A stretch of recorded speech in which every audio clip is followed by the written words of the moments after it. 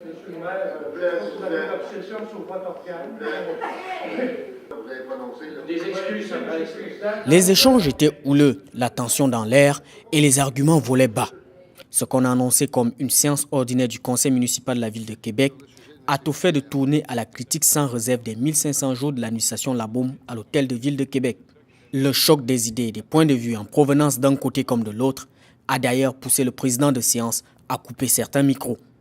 c'est comme une gestion... Le temps est écoulé, M. Bussière. Votre 3 minutes est terminée. C'est d'abord Yvon Bussière, conseiller indépendant, qui donne le ton. Il déplore l'absence de communication de l'équipe du maire Régis Labaume, qui pour des raisons et d'autres ne donne jamais de l'information à temps pour que des études approfondies soient menées sur des dossiers. À ce sujet, la réponse ne se fera pas attendre. C'est pas drôle, on descend bas, ici, là. Si le conseiller a des cas, là, s'il y a des cas patents de contrôle de l'information, s'il pense qu'on est bolchevique qui nous le dit, ça nous ferait plaisir. Mais il a fallu quelques minutes de débat pour se rendre compte que certains conseillers n'ont toujours pas digéré le projet immobilier de l'îlot d'Ewin. Face à ce que les opposants à l'équipe du maire Régis Labaume qualifient de gestion calamiteuse du logement social à Québec, certaines conséquences sont avancées.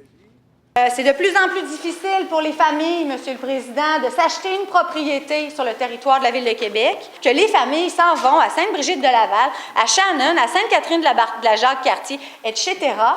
Dans cet océan de critiques, le maire Régis Labaume a dit avoir agi par des actes et des actes qui parlent d'eux-mêmes, tout en faisant de sa ville une fierté mondiale. Cette année, il y aura 14 événements. Les plus grands producteurs de vin de Bordeaux s'en viennent à Québec en septembre. On a aussi la Coupe du monde de ski de fond à Québec qui va passer dans un milieu urbain sur la Grande Allée, monsieur. Fait remarquable lors de cette séance du conseil municipal, l'absence des citoyens de la ville de Québec. Ceux-là pour qui tous ces débats, toutes ces propositions sont évoquées, ont tout simplement choisi d'adopter la politique de la chaise vide.